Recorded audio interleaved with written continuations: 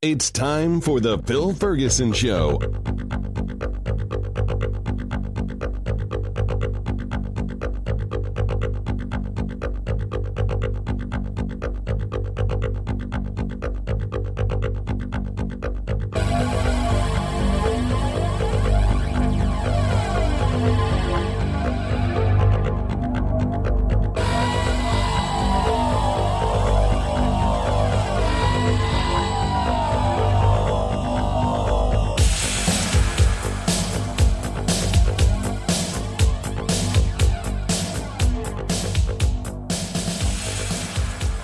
Hello, everybody. This is Phil Ferguson, and of course, you are listening to The Phil Ferguson Show. This is going to be a special episode. I'm going to have a little bit of new stuff at the very beginning and end to make a complete show out of it, but it's basically a best of episode. I'm doing a little traveling, and I didn't want you to wait a very long time for a new show, so I created a couple of best of shows from our library. The show has been on almost 4 years. I can't hardly believe it. And in this show, I am going to put in a segment I did 3.5 years ago about long-term care insurance. People have asked about it over the years, and I keep meaning to redo that segment and update it. And I went and listened to it and thought, it's not really changed much. Why reinvent the wheel? So I'm just going to drop that in here in a minute or two, and you can learn all about long-term care and some math and some numbers. After that, it's going to be, again, a best of interview with Gerald Posner. He was the author of the book God's Bankers. It's all about the Vatican Bank. And of course, I think you will enjoy that immensely. So we're just going to do that, and then I'll come back and wrap up with a new thing that people have told me about, which I'm kind of stunned, and you're going to love the review on it real quick at the end of the show. Asset-based long-term care. So it's a new way to do long-term care without some of the problems with conventional, historical, standard long-term care. So hang tight. Enjoy the show.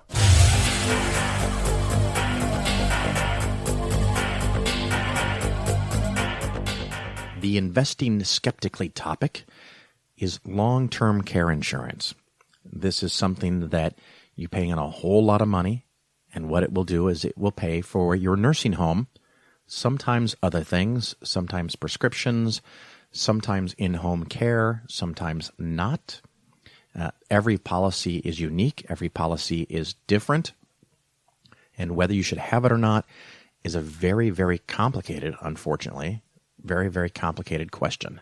And so I recently had someone come to me and say they have been approached with the possibility of getting long-term care insurance, and they are in their mid-50s, which is a very common age, and they were told if they paid $15,000 a year, this long-term care would pay up to $8,000 a month if they're in a nursing home. And they wanted to know if that was a good investment. I don't like the word investment used in that context. Is it good insurance? That's an interesting thing to think about. And I say no, so there's the short answer. Now, if you want the long answer, that's what we're going to do. The first thing to keep in mind is this $15,000. It was only for 10 years, so they would pay. I'm not really sure I like the word invest, but 15,000 times 10, $150,000. During that same time frame, going from mid-50s to mid-60s, if instead they had invested it in the market, and if they made 10% per year, which of course is always a gamble, but that's the long-term norm, that money would not be $150,000, it would be $262,000.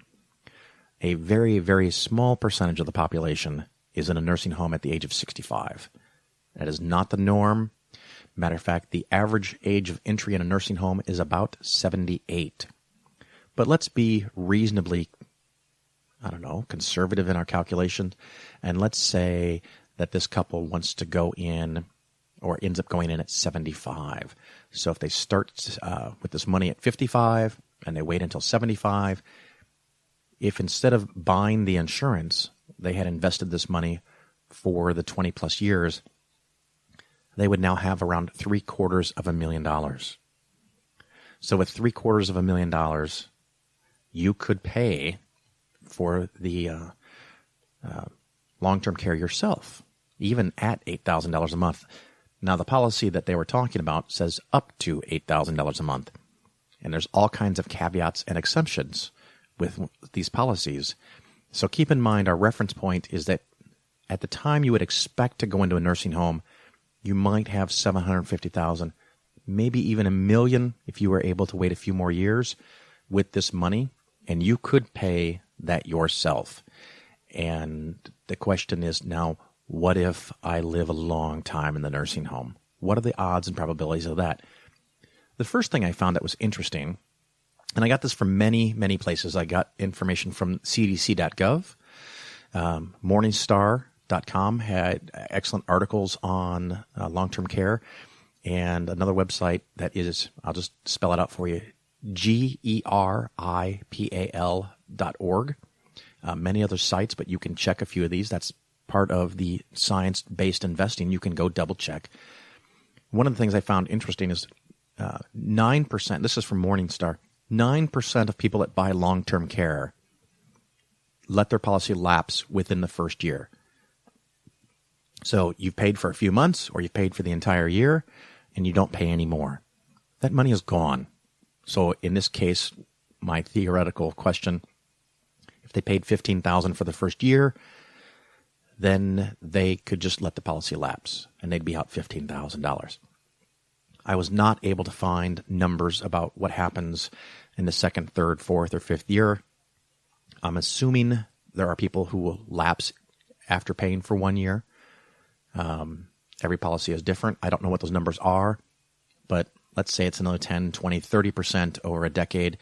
So a good portion of people will pay money in and end up getting nothing because they failed to continue paying. So with long-term care insurance, just like your auto insurance, if you stop paying, you lose the benefit. You must keep paying in unless you pay a flat amount up front. So a large percentage of people will discontinue the payments and they'll end up getting nothing. Now, a little bit of a personal story. My parents paid $3,000, then $4,000, then $5,000, then $6,000 a year on long-term care insurance. And this was a policy that was guaranteed to never go up, but it did.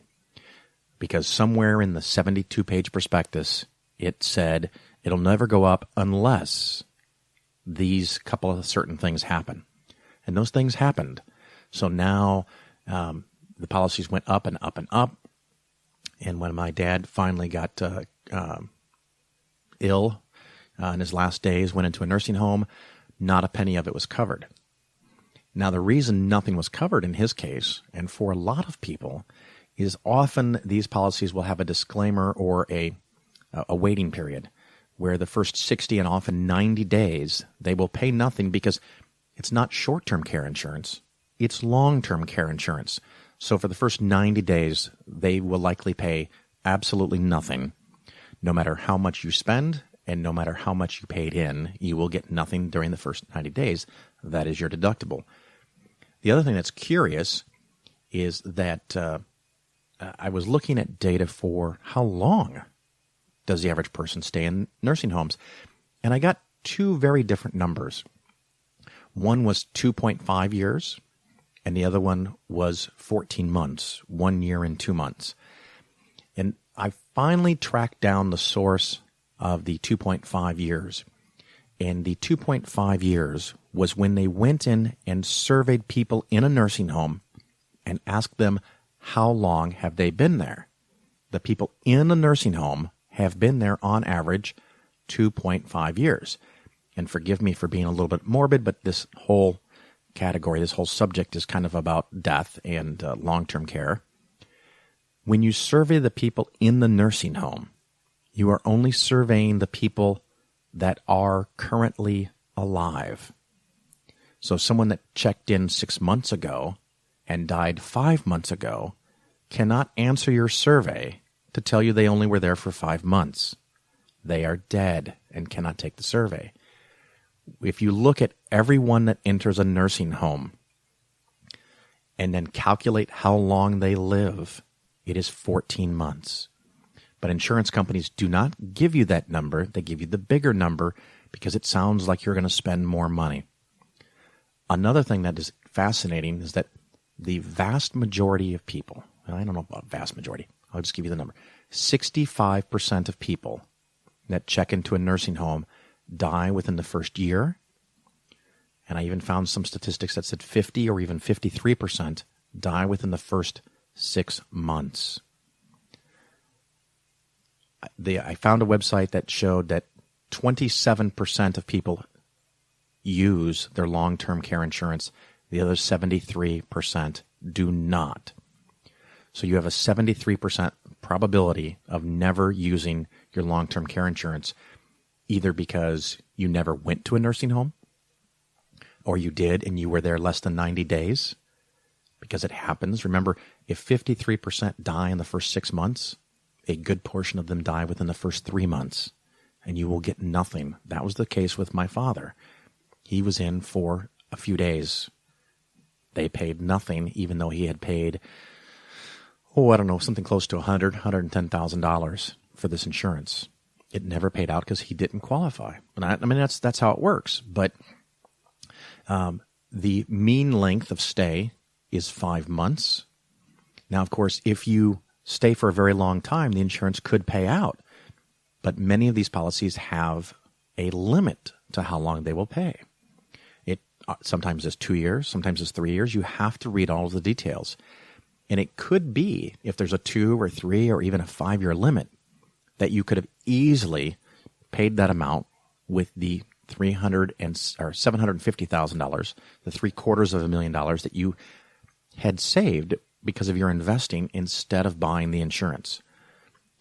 Also, of course, remember, if 73% of the population never uses this insurance, you can just pass on the $750,000 to the charity of your choice, to your spouse, or to your kids. Whatever your choice is, that's your money, instead of it being just gone. Like I said, the average age of going into a nursing home is about 78. The average age of death is, give or take, around 80. I was not able to find very precise numbers, but I was able to find age ranges.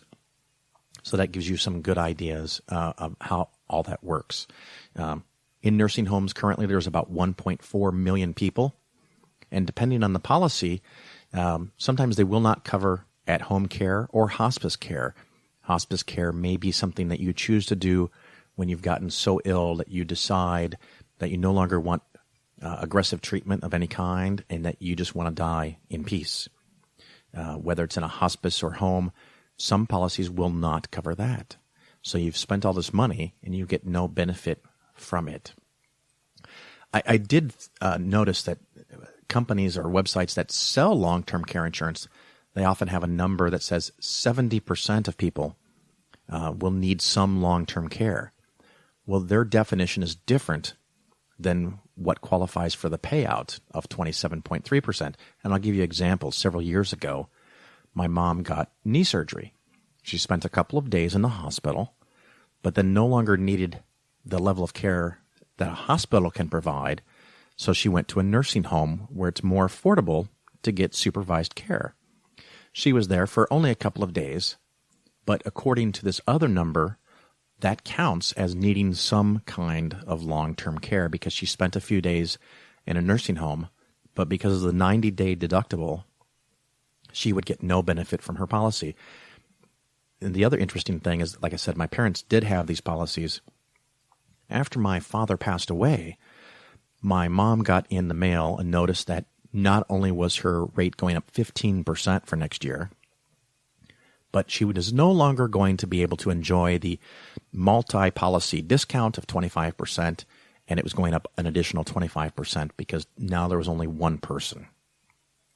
So that was kind of a very rude and inconsiderate slap in the face, if you ask me. But faced with the 40% increase and the fact that Dad's policy didn't pay out a dime after putting in over $100,000, we decided to discontinue it. If you currently have long-term care insurance, look at it really, really hard. It is very difficult to cancel something now that you've paid in 10, 15, 20 years because The psychology is maybe I only pay in 2 or 3 more years. So don't cancel it without doing some serious thought. Also, in the past, long-term care insurance policies were better. It's still may not be a good deal for you, but don't cancel it because of the things that I'm talking about here. I am talking about buying new long-term care insurance. There's a lot of reasons not to buy it. I recently had someone tell me, well, this person said this person said to buy it, and this person said not to buy it. And I gave them the same answer I give people when I talk about annuities. If you find somebody that tells you to buy long-term care insurance that is not in some way paid by the industry to tell you to buy long-term care insurance, then we can have a conversation about whether it's a good deal or not. But now you have some of the numbers that can help you understand. So in this situation, this couple could have $750,000 if they go in somewhere around the average age, or they could have $0 and have long-term care insurance that there is only a 27% chance that they will use at all. And sadly, the average mortality rate in the first year is 65%, and it's 50 to 53% in the first 6 months. Another thing that I found very, very fascinating, this was surprising and counterintuitive to me. If you are in the highest quartile of net worth, so you're in the top 25%, the probability is that you will live 6 months less in a nursing home than the average. Keeping in mind that the average is 14 months, you will live 6 months less than those in the lowest quartile. So not necessarily you live 6 months less than 14, but the average might be 12 or 11. At first, this seemed counterintuitive to me, but what causes this, or what could drive this, is the fact that if you have assets, you have wealth, you probably have a very nice house, you can probably stay in your house much longer and simply have a nurse visit you and check up on you. You probably, because you're in a better situation, have more family that has income. They can help you. They can take time off. They can visit you. They can take care of you.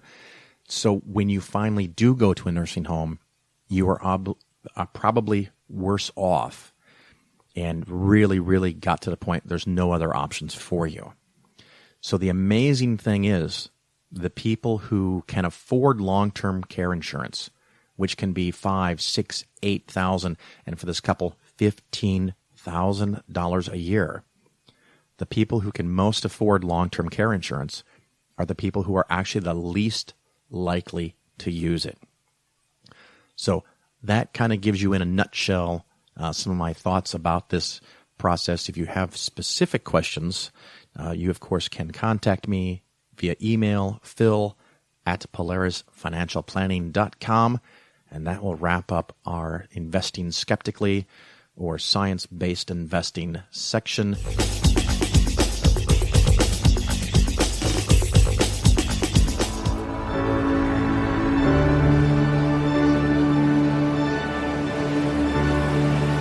The cosmos is all that is, or ever was, or ever will be. Our contemplations of the cosmos stir us. There's a tingling in the spine, a catch in the voice, a faint sensation as if a distant memory of falling from a great height. We know we are approaching the grandest of mysteries.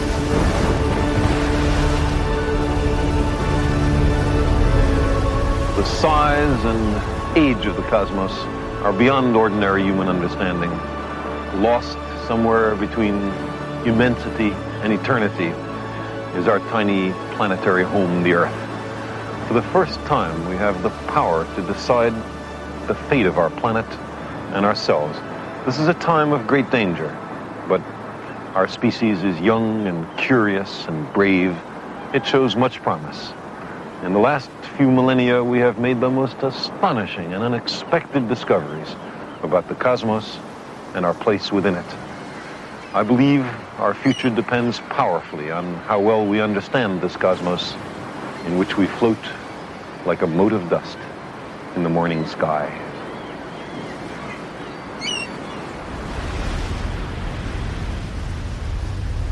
We wish to pursue the truth no matter where it leads. But to find the truth, we need imagination and skepticism both.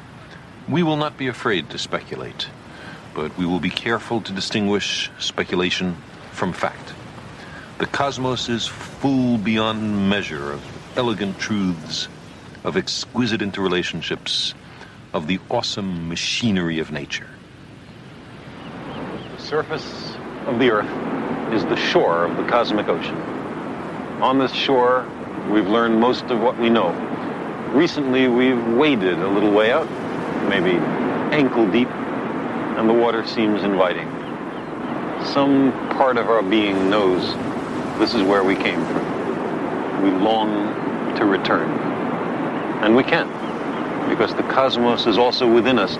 We're made of star stuff. We are a way for the cosmos to know itself.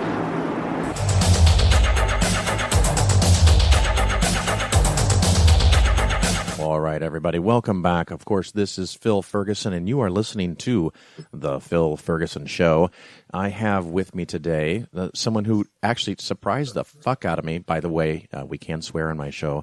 An author of one of my new favorite books, but I also found out that he's an author of a dozen books.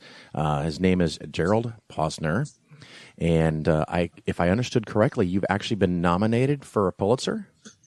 Yeah, one of three finalists for Pulitzer in history back in '93 for a book about the Kennedy assassination. And Phil, when you said a dozen books, I mean, one of the things that I like to do for people that know my work or those who don't, is I like to get fully involved in a subject of which I know very little about, but which I'm interested in.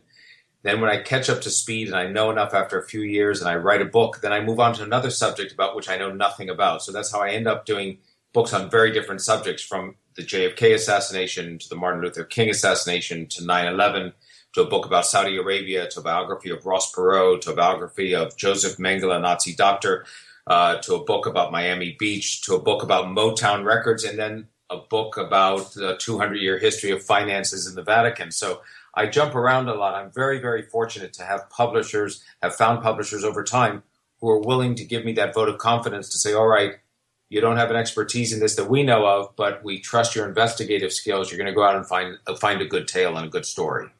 Well, it's not only that, but having listened to almost half of God's Bankers, which we'll talk about in a few minutes, I'm going to tease the listeners a little bit and make them wait. I looked at these titles, and it's funny. We talked before the show that maybe you aren't the best self-promoter, but you are going to have to stand corrected because you just rattled off almost every one of your titles in 30 seconds.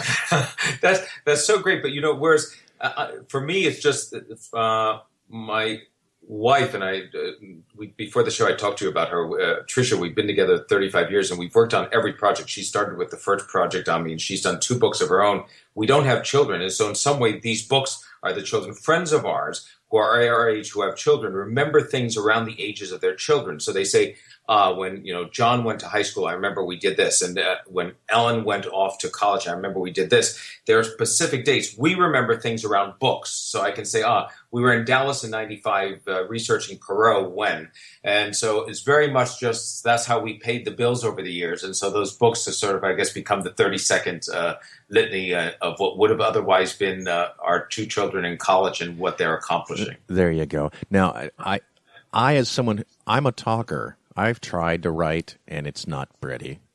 I'm always amazed and impressed that someone can write a book, but not only do you have a dozen, but they're very, very different subjects. But sometimes, and I think this one with God's Bankers was fascinating, the very beginning of it, you talk about this was a kernel of an idea that came when you were doing research on Mengele. Yeah, I think that, current books often grow out of something that's happened in the past that you have as an idea, because what you need to do when you have a new project is, at least for me, because this is how I pay the bills, I need to find a topic on which I'm passionate, that I really want to do a subject. I think it's been covered in the past, but maybe things have been written about it. But I also believe that if I really work hard on investigating it, researching it, and looking at original materials and doing interviews, I might be able to find out something new that's newsworthy and noteworthy. And then once I feel I found that together with Tricia, we go to a publisher and we present them the idea. They have to be enthusiastic about it and think that 3 or 4 years down the road, in the case of God's Bankers, on and off for 9 years from the time the publisher agreed to it, that they want to publish it. And then they have to give us a bit of an advance to pay some bills for a few years so we can go out and do it. Not always. The publisher doesn't always like the idea. So you go back to the beginning and you start again. And for us, this idea of God's Bankers had been from, as you said, the Joseph Mengele book, the Nazi doctor from Auschwitz, when I was down in Argentina doing research on him and got into these federal police archives and saw files about Nazis that weren't public. And I kept pushing the Argentines to release those files, some of which involved Catholic priests and a bishop in Rome who were on visas that Nazi criminals had used to get to South America. So I always wanted to return to the idea of the church, the Nazis, and the war. And when I finally got a publisher in Simon & Schuster in 2005 who said, go ahead and do that, I did not think the book would be the one that you've listened to half of, which was God's Bankers. I didn't realize then that instead of just being Nazis and whether these priests helped Nazis get down there after World War II, the real story was, of course, money, which it often is, and following the money, which turned out to be a 200-year story instead of just a World War II story, was the way to finally have something fresh for history. And that's how it changed along the way. Well, the other thing that I thought about, you did talk about that Mengele book and the Nazis, and you were in all these South American countries, Argentina specifically. And as I'm listening to the story, I'm thinking, are you nuts? You're in countries that are dictatorships, and you're kind of whacking a hornet's nest and saying, what is your relationship with the church, and why did you help the Nazis? And I want to see records. Well, okay, so the great thing here is I think it's all about, and sometimes I'm asked about that. I mean, I wrote a book about the Saudis in 2005 in which I said that the son, one of the eldest son of the current king of the country, who's now dead, that son, knew something about 9/11, and it certainly didn't make the Saudi royal family happy. I've been to Kabul. Trish and I wandered around the Golden Triangle, the biggest heroin-producing region, for a few months back in '87 and doing a book on the triads, the Chinese gangs that run the heroin business. So I don't have that, and I think that the best reporters, the reporters who do the best work, don't have that fear gene when it comes to going out and asking a question or pursuing those things in the middle of a story. But, Phil, at the same time, I don't, for instance, I'm trying to think of it. I don't skateboard. I live in Miami Beach, so a lot of people skateboard. I don't skateboard because I'm afraid I'm going to fall off and break an ankle. I don't smoke because I'm afraid I'm going to get cancer. I don't drink too much because I think it's going to rot my liver. So there's it depends on what your risk tolerance is. And the good news is that my risk tolerance is high when it comes to investigative subjects or the books that I work on, low when it comes to some other things. So it's all a mixture. Well, that's a fascinating concept to me because normally, aside from religion and maybe a little bit of politics, I often talk about money and investing. And one of the things I always talk about is people's interesting assignments of fear. Someone is afraid of investing in the stock market, which historically makes 10% a year, but they're not afraid to go to a casino because they think they can actually win. Yeah, no, it's fantastic that, and you're right, and there's so many, and you know this because you work with getting people toward retirement and how to best do it. The psychology of investing, how people are driven by fear often. If you say to somebody, this is worth $100, this stock, and they say, I think it's a little too expensive, but I'd love to buy it at 80. And then if the market crashes, that stock goes to 50, and you offer it to them, they say, no, I'm afraid of buying it because it might go to 30. So the psychology of fear is a wonderful one, and I don't quite have it figured out, but I certainly do know that I don't have a second thought when I go out sometimes and do ask to get in, as you say, to see the Nazi files in a place like Argentina, and sometimes you get lucky. I mean, I arrived there just after the military junta had been thrown out, a civilian government was in power, so it was the perfect time to act. So occasionally fools in their quest for documents and new bits of history can fall into the right timing. I know this very much from having done a dozen books, that occasionally good research is not just being diligent and persevering, but also having the luck of a good break and being there at the right time. So it all comes together. Now, the other thing, again, since I've only gotten halfway through the book, and after we do our break, which we've still got time, but after we do our break, we'll talk about modern stuff. But I'm listening to this history, and I don't know how I got this perception. I had this perception that the Catholic Church had always had money and was always with it and organized. And you tell this tale of one kerfuffle after another and one mess up after another, and sometimes the church itself is on the edge of financial collapse over the last couple hundred years. Yeah, I mean, it was a surprise to me. I mean, I was born Catholic. My mother was Catholic. My father was Jewish. I went to Catholic schools, and I didn't understand the extent to which its financial history was this tortured history. And that's why I had to roll the book back to what I call this early start, because for a long time, and people will often forget this, many of your listeners may forget it, unless they saw the Borgias on Showtime, for centuries, they were Pope kings. They weren't just popes, the head of the world's largest religion.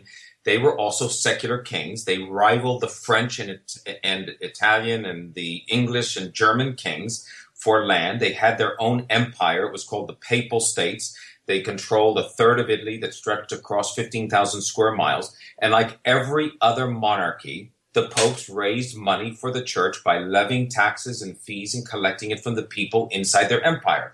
And then all of a sudden, poof, in 1870, it's gone. They lose the empire. Italian nationalists have an insurrection. They throw the popes out. They throw the foreign powers out, the Austrians, the Hungarians. They unify Italy. And the Vatican shrinks from an empire of the Papal States to this little postage stamp piece of property, Vatican City, that we now all know is the world's smallest country, except it's not a country anymore. It's just the Pope and the religion. They lose the ability to collect the taxes, and they have to figure out how to get money. So they start to raise money by selling indulgences on steroids. These are sort of promises to forgive sins of the faithful for paying a little bit of money, and they become very successful.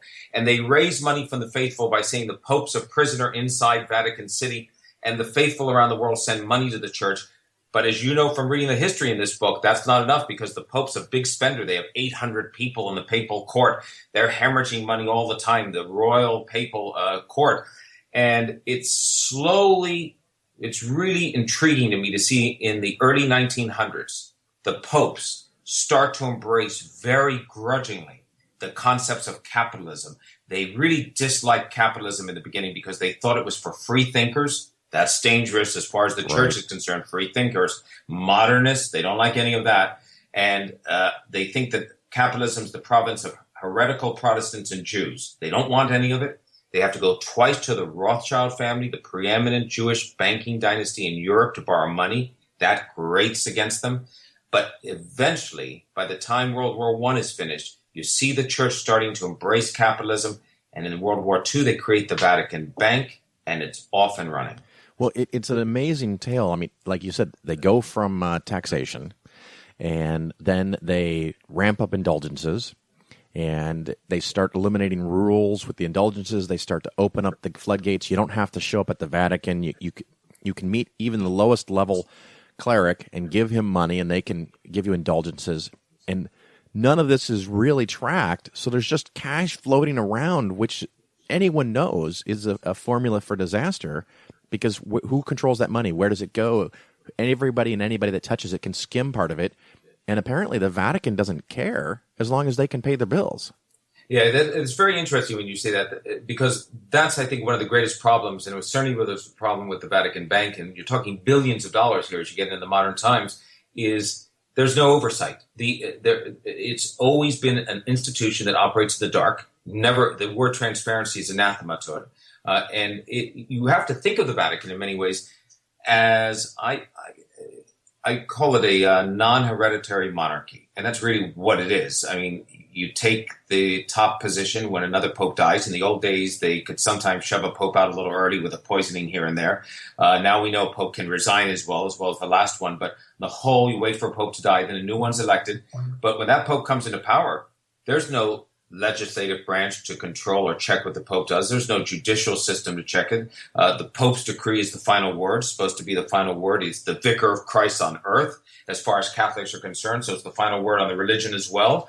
And the odd thing with the Catholic Church, what makes it so unique and what makes the Vatican Bank that they form in World War II unique, makes it sort of a hodgepodge between a Federal Reserve and, let's say, a Goldman Sachs, is that the Vatican in 1929 gets back its sovereignty by Benito Mussolini, the fascist dictator of Italy. So the Vatican loses its sovereignty. It's no longer a country or an empire in 1870.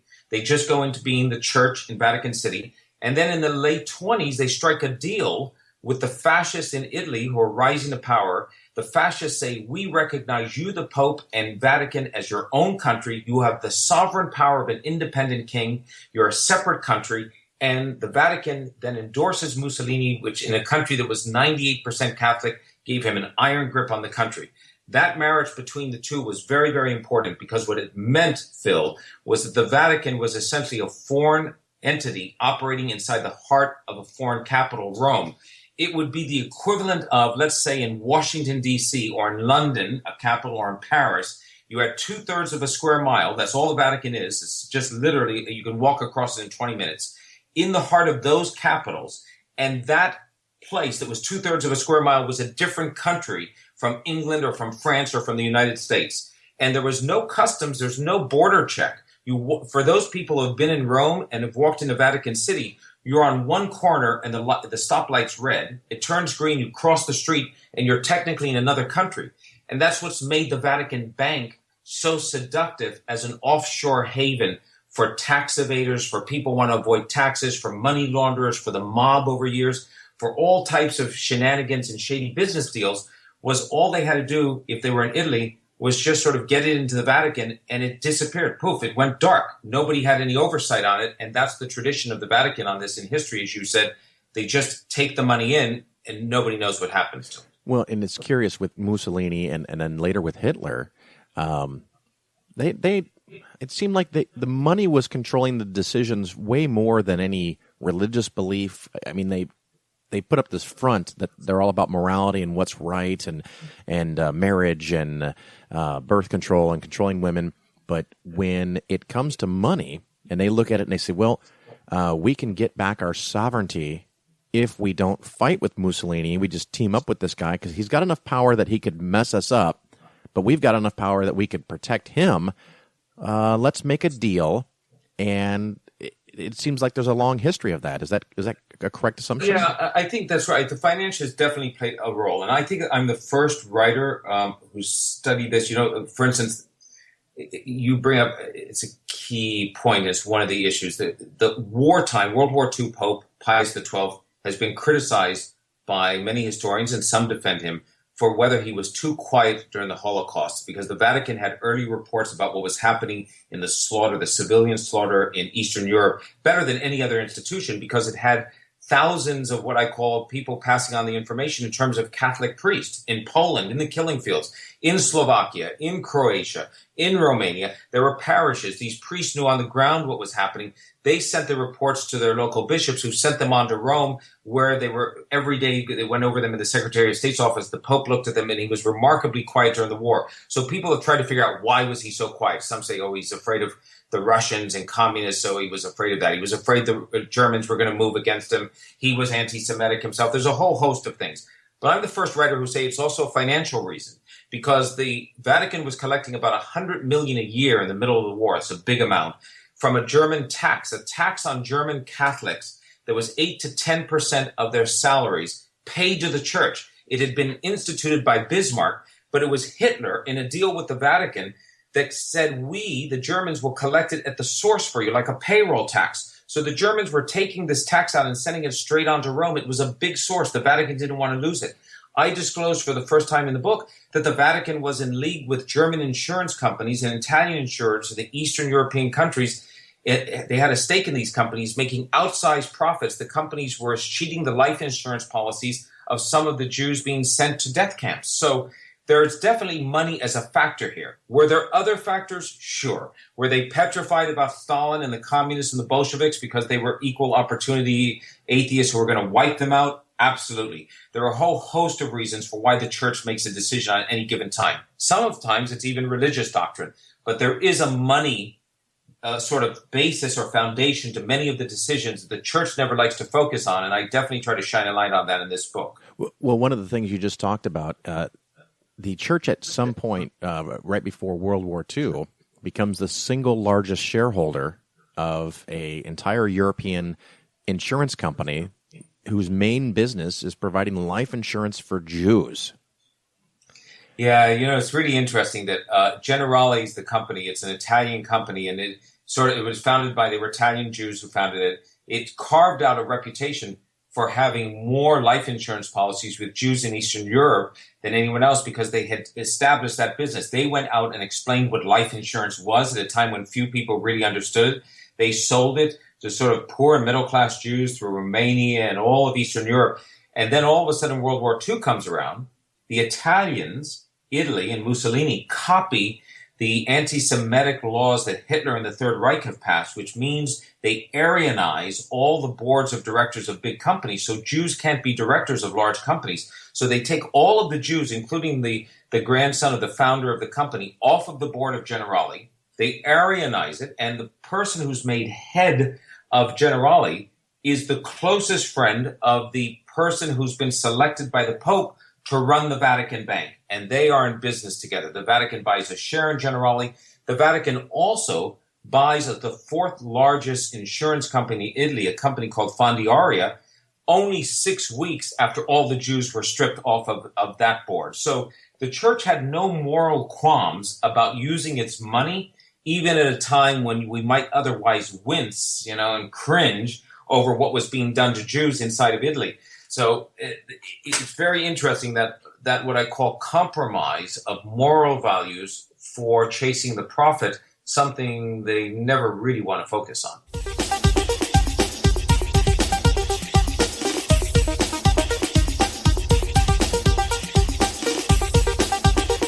Gerald Posner, author of 12 books, finalists and Pulitzer Prize nominations for history, and author of the book we're focusing on today, called God's Bankers. Now, did this come out about a year ago?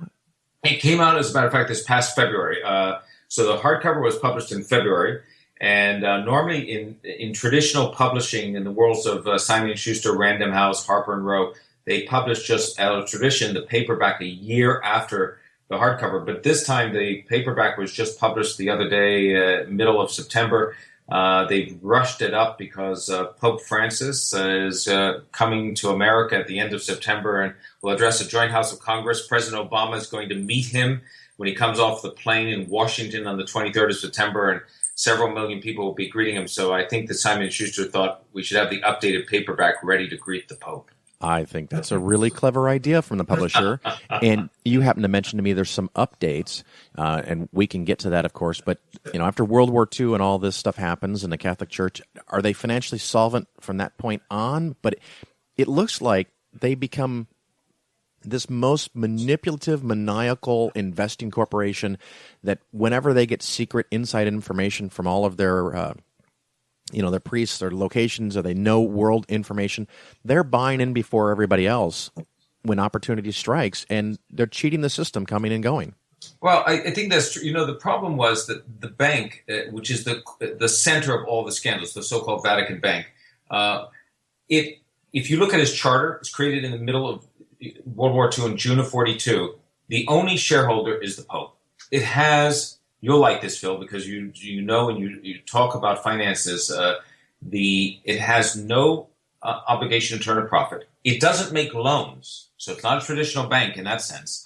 And it has no branches outside of Vatican City. So it's only there. It accepts physical deposits, so it accepts gold and diamonds. Well, that was a problem for it at the end of World War II because it became a repository for some of the stolen gold reserves from Croatia that were dropped off by the Ustasha, these neo-Nazis, and disappeared, the last we know from American intelligence documents, inside the Vatican Bank. And then over time, what happens with the Vatican Bank is it becomes a conduit for not only dirty money from the mafia and others who are able to set up these fake charitable accounts with the help of, all you need is a Monsignor or priest living in Vatican City who's willing to do it for you. Right. But for American intelligence, we, the CIA, the U.S., sent millions of dollars in the late 1940s through the Vatican Bank to be used in the first Italian post-war election in 1948 to ensure that the communists would be defeated at the polls, which they were. The Christian Democrats won. When a Polish pope became pope in 1978, John Paul II, he again used the Vatican Bank to send millions of dollars onto Solidarity to try to topple the Soviet Union and the communist government inside of Poland. I describe a situation in the book in which a priest takes an SUV with the help of the Vatican Bank, and they put false sides and a false bottom on it. They fill it with $4 million in gold ingots from Credit Suisse, and they have a priest drive it up to Gdansk, where it's turned over to Solidarity. So the Vatican Bank was used as a tool to help the Vatican get closer to some political allies like the U.S., to fight communism at different times, which is its arch enemy because it has no theological basis, right. And then also used by bad priests and those inside the business to sort of turn all types of dirty profits. And two of the biggest Italian businessmen who did business with it, one ends up dead, hanging under a London bridge, deemed a suicide, later deemed a murder, and one poisoned in an Italian jail. So it's got quite a colorful history. And it's funny because I've thought often about in the United States, these mega churches would be a perfect place to launder money because anyone can show up and just drop money in the coffers. There's no record where it came from, and there doesn't even have to be any record of where it goes. And now I'm thinking that the Catholic Church is that on a global scale. Well, it's interesting. Plus, I think even more so in this sense. You go to one of these mega churches, you drop in cash, and it goes into the coffers. But eventually, unless that mega church keeps it all in cash buried underneath the tabernacle or that, they have to bank it somewhere. They have to use a correspondent bank. They have to go to a bank. It has to end up in a bank. Even if they use banks that are offshore banks in Bermuda, the Philippines, Andorra, wherever, there's a wire transfer. There's an electronic cable that somebody can follow to see eventually in an investigation where that money came from. The Vatican has something unique that none of those mega churches has. Because it has a sovereign status and has its own national bank, it doesn't need a correspondent bank. It doesn't need to send that money anywhere else. You can deposit the money in an African charity, $5 million in cash. It can come physically into a truck in Vatican City. It can go into the bank. Nobody in the banking system, no one in the Italian judiciary, no one in the American DEA or anywhere else knows that money exists. Now, the change, Phil, was changing the game for the Vatican. And the reason that I say that I believe that reform is taking place, I mean, how can I be such a hard skeptic and critic and then think that all of a sudden things are changing and that this bank is becoming a compliant, normal bank? It's an unusual bit of odd serendipity. In 1999, Italy decided to go with the euro, the common currency in Europe. And that put the Vatican at an odd point because the Vatican relied on the lira, the Italian lira, for its currency. Didn't have its own currency. So the Vatican had to decide in 2000, what are we going to do? Are we going to print our own money as a church, or are we going to go with the euro? They decided after some debate to go with the euro. What they didn't realize, Phil, at that moment was that it meant they would be subject to oversight from Brussels of their central bank, the Vatican Bank, to make sure, as Brussels checks every European central bank, that it's compliant on issues like money laundering, financing of terrorism, not allowing cash to be laundered. So the Vatican has been forced, because it's using the euro, to come kicking and screaming into some form of transparency. In 2011, for the first time in its history, it passed a law against money laundering. Never had one before. In 2011, for the first time in a 2,000-year institution, it passed a law against the financing of international terrorism. It now has a limit of 10,000 euros for how much cash you can bring in without declaring it. Never had a limit before.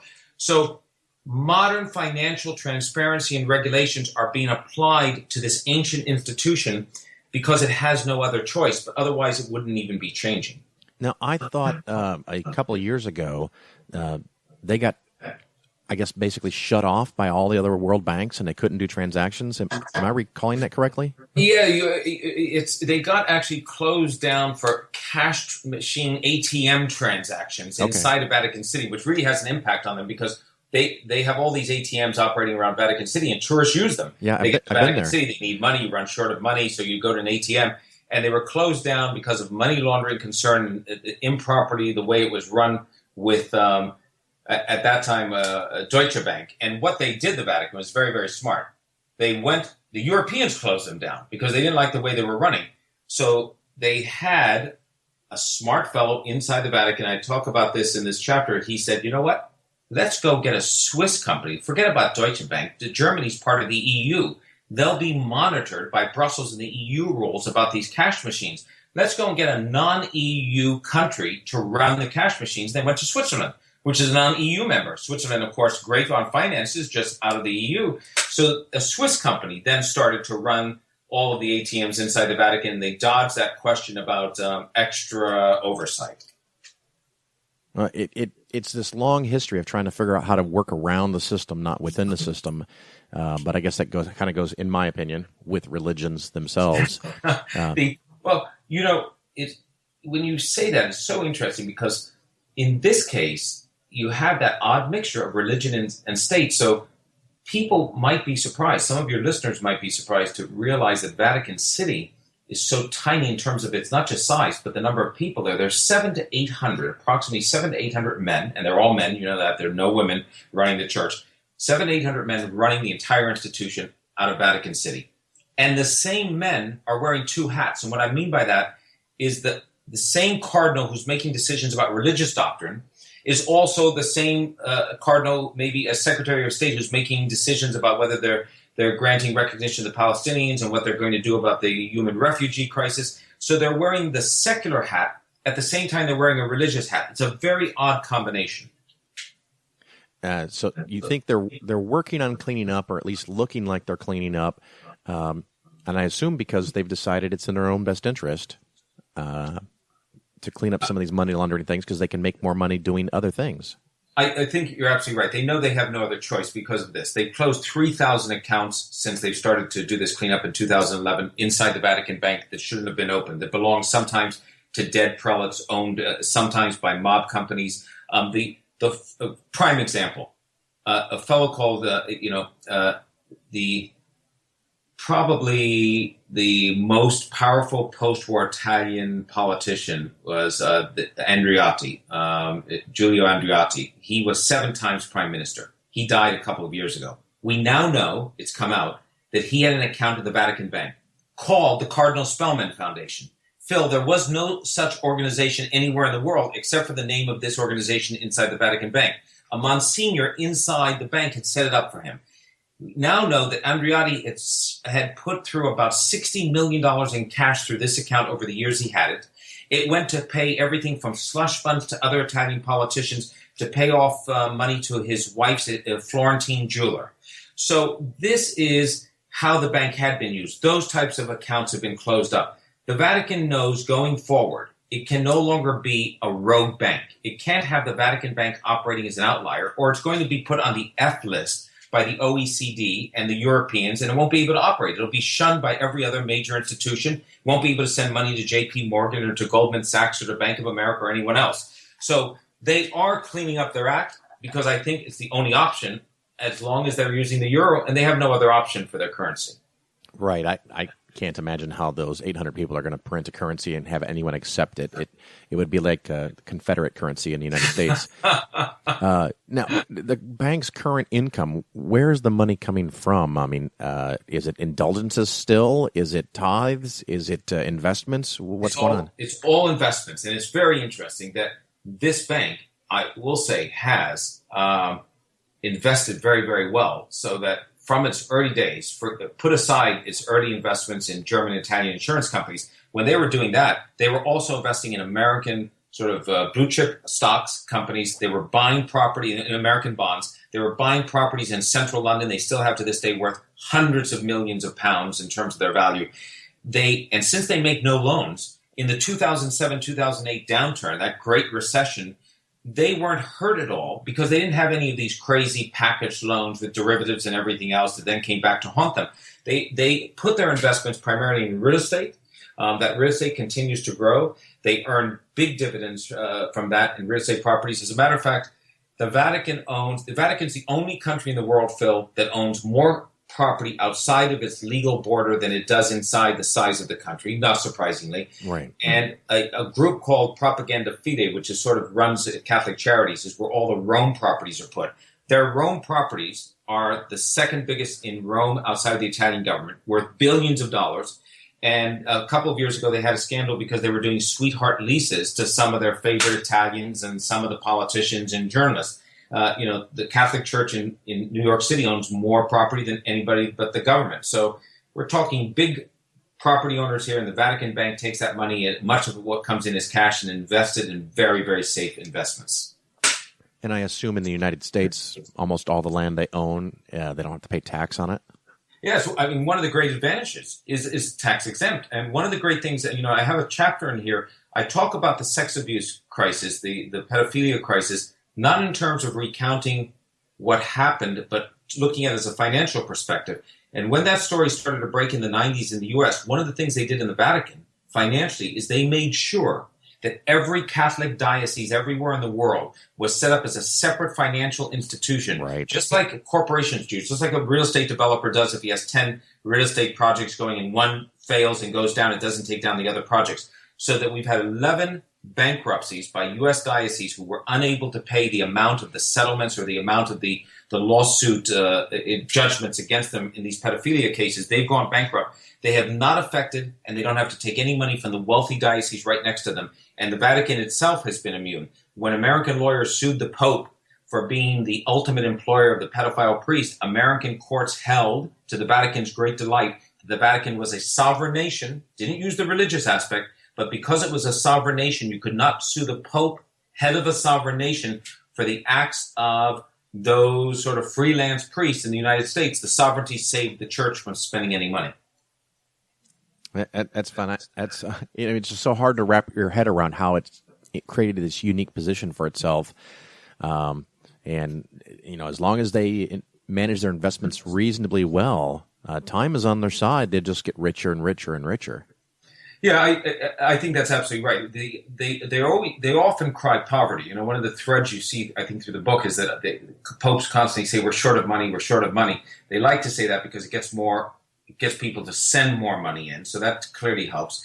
And on the political front, they not only do they get richer, but they have this permanent observer status of the United Nations. They don't want to be part of the UN. They could be full delegates since they're a country, but they like the permanent observer status. So they're able to get their religious point of view across on significant issues. So in the 90s, when there was a meeting in Cairo, the International Meeting of Families for the United Nations, and when those took place, the Vatican makes sure that it comes in on issues of birth control against them, notwithstanding population growth, comes in on issues of abortion.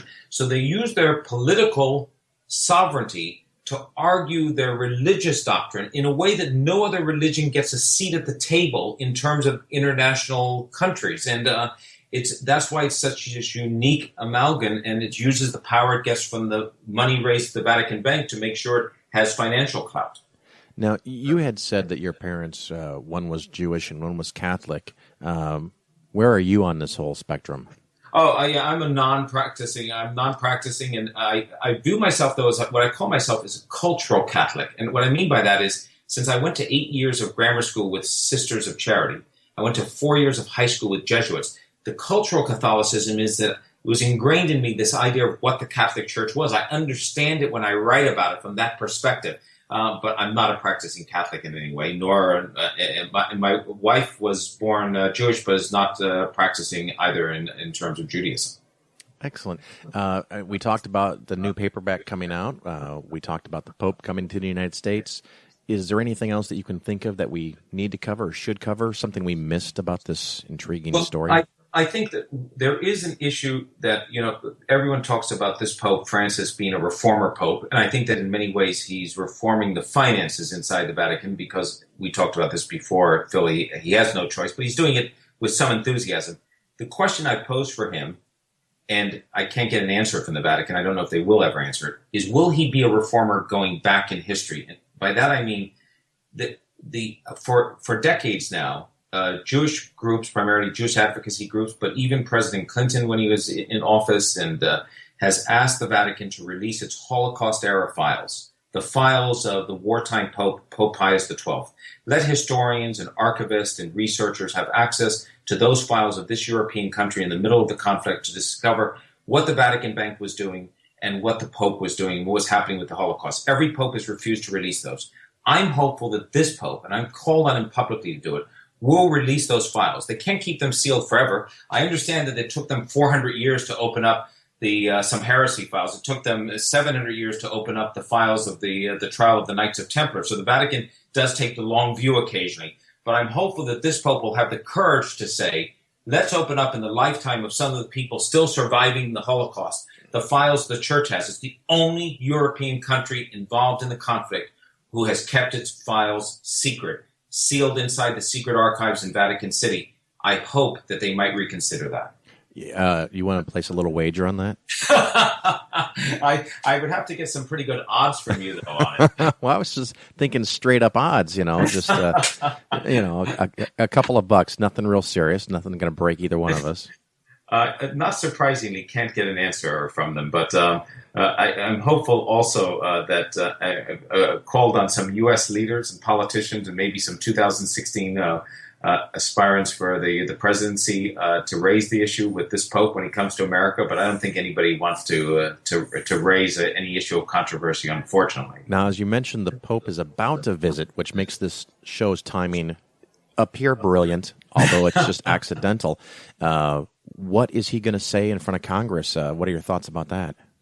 I think that he's going to talk a lot about the poor. This is a Pope who has at times decried savage capitalism. Those are his words. He comes from that Argentinian, sort of South American, well, he wasn't a fan of what was called liberation theology.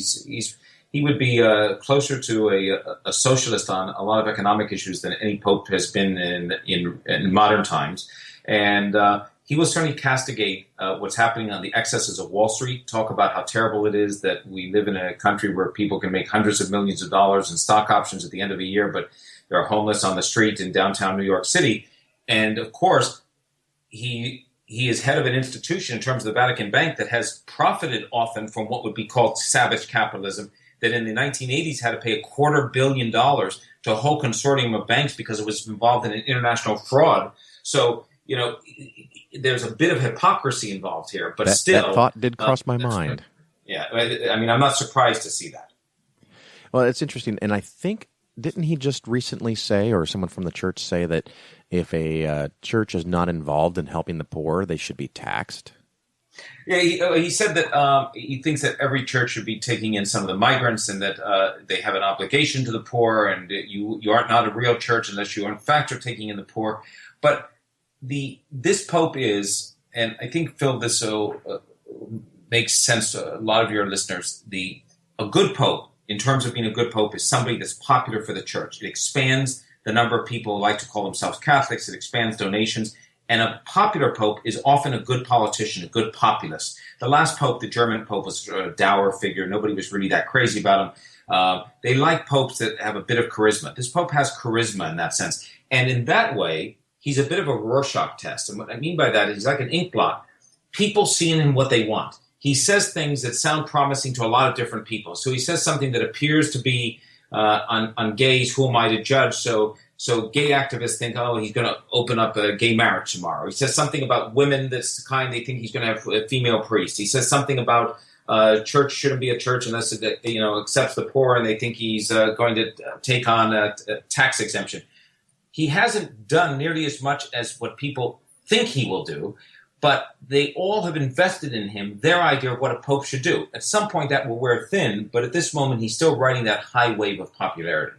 Yeah, the nickname I had for his predecessor was Pope Sidious.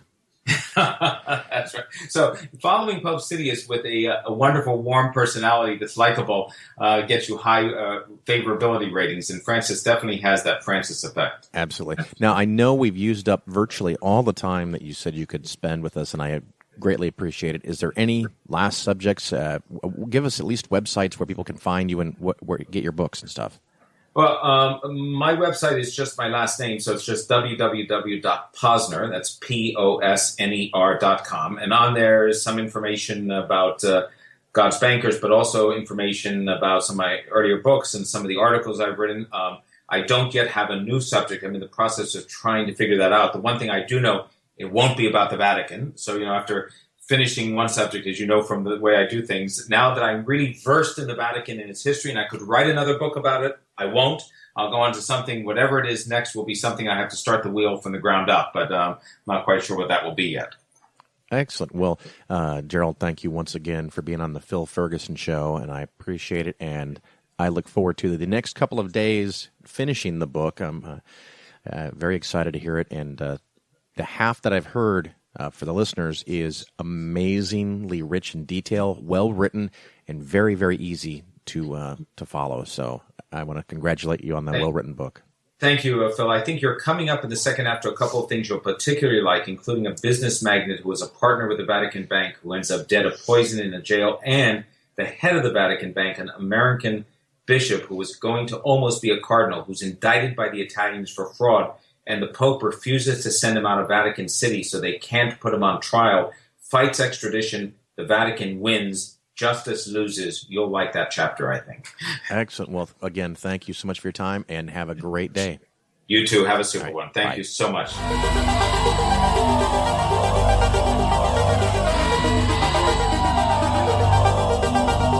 You're listening to The Bill Ferguson Show. Well, I really do hope you enjoyed that best of interview with Gerald Posner talking about the Vatican Bank. And of course, before that, we talked about long-term care insurance. And I had someone, a listener to the show, they will know who they are, sent me an email saying that they had been approached to buy something called asset-based long-term care. And my response was, what the fuck is that? Never heard of it before. It's a new thing. I love new things, and I love to figure out how it's set up. So I did a little research, and it's curious because the sites and the companies that are promoting asset-based long-term care talk about some of the very same problems that I talked about earlier in this show about long-term care.